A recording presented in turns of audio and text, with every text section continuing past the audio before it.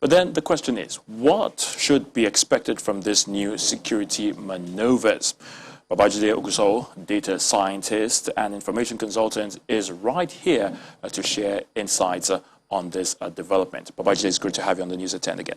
Good evening, Ayo. All right, so let's get right into it. During the week, Nigeria played host to the chairman, Joint Chiefs of Staff Committee of Pakistan, General Nadeem Raza. Now, of course, it came as a big security news. I mean, one of the most talked about news during the week in terms of security. But then you ask yourself, why Pakistan? You know, what's this visit all about? So why Pakistan? I'll explain that. But before I explain that, today is significant because it's exactly 4.5 decades past 2 centuries that the United States gained independence on this day. And that independence for them meant 3 things. It was freedom of expression, freedom of thoughts, and freedom of choice. Today is another good day for us to remember the freedom Nigerians are also fighting for, and that is the freedom from fear. And with respect to the freedom from fear, we've got bad news and good news. So let's start with the bad news. And if we take a look at the report from the Global Terrorism Database, the bad news is that among the top 10 most terrorized countries in Africa, Nigeria is number 1 on that list. That is the list on the top 10 most terrorized countries in Africa. So unbelievable. In 2019, which is the last report, we're waiting for the audited report for 2020, there were 507 attacks in Nigeria. The next country is Somalia, and the third is Democratic Republic of Congo.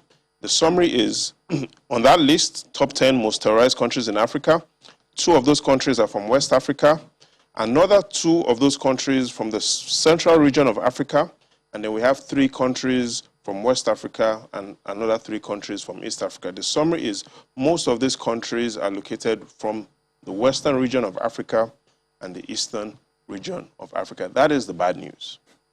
All right, let's talk about the good news regarding why Pakistan.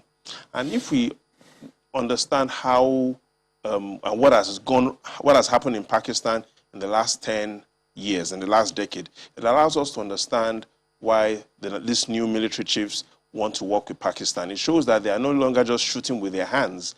They are also now following the science and following the data.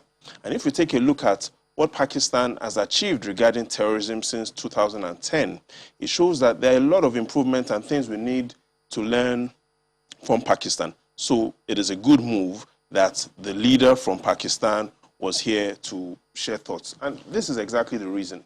In 2010, let's focus on this. There were 713 terrorist attacks in Pakistan. In that same year, there were only 63 terrorist attacks in Nigeria. Now look at what has happened between 2010 to 2019. Since 2013, terrorist attacks in Pakistan have been declining. From its peak of 2,215 terrorist attacks in 2013, each year has seen Pakistan make significant progress with regarding how it has reduced the effect of terror groups. And as at the end of 2019, Pakistan, there were only 362 terrorist attacks in Pakistan compared to 713 a decade ago. The summary, Pakistan has been able to reduce terrorism in their country by half. Look at Nigeria. In 2010, 63 terrorist attacks, and by 2018, Nigeria had overtaken Pakistan with the number of terrorist attacks. And now, looking at our figures compared to where we were in 2010, we've seen our figures have grown by a multiple of 8. Pakistan have been able to cut their own number of terrorist attacks by half. So the good news is we're learning from Pakistan, and we're willing to learn. And how has Pakistan been able to do this? They've used knowledge, they've used experience, and they've used assets. And those are the 3 fronts that the new military chiefs from Nigeria are saying they want to engage Pakistan to learn how they've been able to achieve it, and then also apply some of those knowledge and use the local approach to achieve greater success in Nigeria. So it's a good move. It's a good thinking. A good one. Well, we really have to wrap this up as quickly as possible. But of course, we also had the leader of the Senegalese Armed Forces visiting Nigeria as well, Major General El Haji Inyang. You ask yourself, are they also here to help Nigeria, or are they seeking help from Nigeria? That is one. And of course, how does this all pan out in the long run in terms of conducting research into how we deal with these things? So this week we saw the leader from Senegal come in. A lot of people tried to question what was he doing in Nigeria, because Senegal's population is even less than Lagos in terms of land area. Senegal is smaller than the northeastern region. But here is the reason why this is also another small but significant move from the Nigeria's military chiefs. Senegal shares borders with Niger. Sorry, Senegal shares borders with Mali. Mali shares borders with Niger, and Niger shares borders with Nigeria. Things are about to get worse in Mali because of ISIS.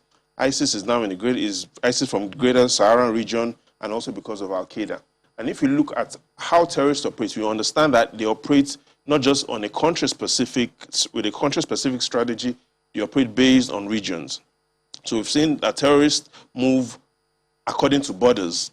And so it is important for us to understand that the strategy with Senegal is really not about the size of Senegal. I repeat, it is because Senegal shares a border with Mali. Mali shares a border with Niger. And Nigeria shares a border with Niger. And because of the troubles that we're expecting and things that are about to explode in Mali, it is important that we also have such collaborations with even nations that seem to be smaller when we look at their economy and their population, but they are significant with the fight against terrorism in Nigeria. So this week has been a good move when it comes to collaboration. In the final analysis, I would like to leave with the words of Mother Teresa, who was remembered to have said that there are things that I can do that you cannot do, and there are things that you can do that I cannot do. But together, we can do great things. And I think with this sort of collaborations, we expect that these new military chiefs, relatively new military chiefs, will be able to collaborate to give Nigeria greater things. Definitely we'll leave it at that. Babajide Ogunsanya, data scientist and information consultant, thank you so much for your thoughts on this one.